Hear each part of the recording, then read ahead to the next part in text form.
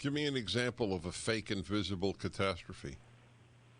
Well, the general theory, as you know in science, there's this holy grail called the unified field theory, in which they hope someday that all the theories about gravity and light and heat and everything else in science can be condensed into a single formula. It's probably never going to happen, and I might not win a Nobel Prize for my discovery, but my discovery is called the unified theory of scare stories. And this theory is very clear. All the scare stories today and in the past have been based on things that are either invisible, like some kind of spirit, but today, like CO2 or radiation or the COVID, for example, which is a real deal, but it's still easy to make up scarier stories than they need to be because it's invisible. And whatever is in GMOs that is supposed to be harmful, which is actually doesn't exist, because it would have a name and a chemical formula if it did, and it doesn't have those attributes. So therefore, it's a completely fake scare story, whereas CO2 and radiation are actually real, but they can make up any story they want about it because nobody can see it or see what it's actually doing.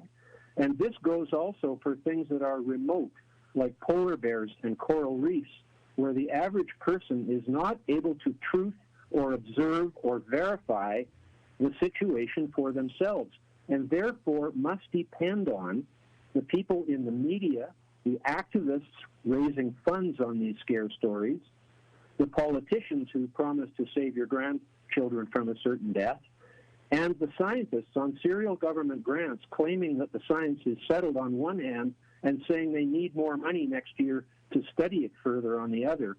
Those people all have a huge financial and or political interest in the scare story, and they're not going to change their tune, even though they are all fake, invisible catastrophes and threats of doom. And in 11 chapters on 11 subjects in my book, I show that to be true.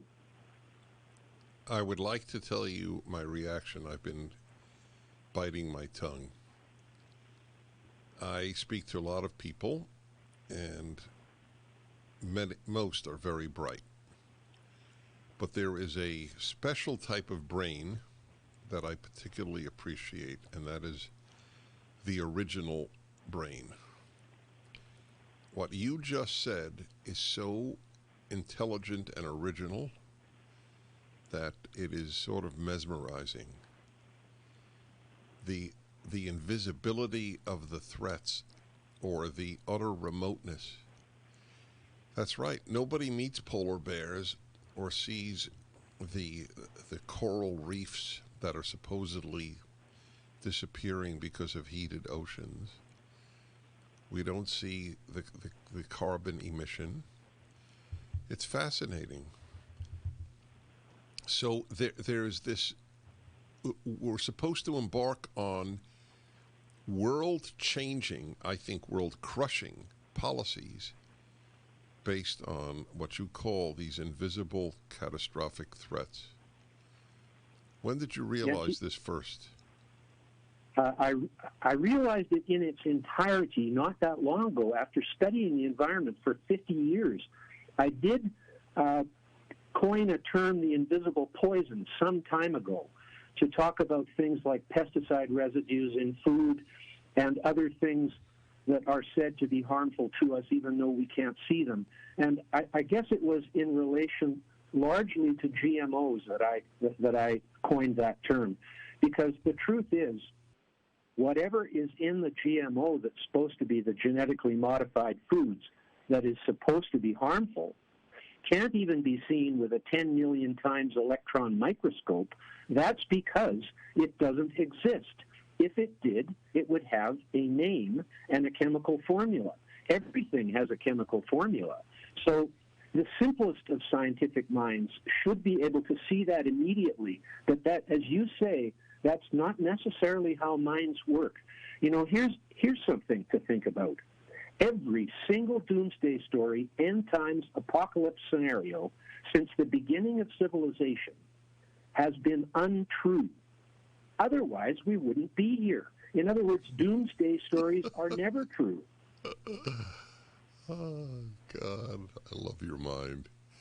I have a Well, great riddle you will enjoy then. What do you call a religious person who says the end is coming or the end is near? You call the end him. is near. You Yes. call. Well, You as call. you Hold know, on. Let me just finish. Let me just finish my riddle. So go ahead. what do you call a religious person who says the end is near? A fanatic. What do you call a secular person who says the end is near? An environmentalist. Perfect. Yes, it's too bad because I've always considered myself an environmentalist, a sensible environmentalist, as opposed to a fanatical one. But the word has been so badly abused. I am at my wit's end at this point because John Kerry has said that even if we get to net zero, in other words, eliminating all fossil fuels from the face of the earth, and 80% of our energy is suddenly gone, even then we must act to remove carbon dioxide from the atmosphere. That's a quote. Yes, it's like even if everybody's vaccinated, we'll still have to wear masks. This original courageous man is Patrick Moore. The book, Fake Invisible Catastrophes and Threats of Doom, at DennisPrager.com.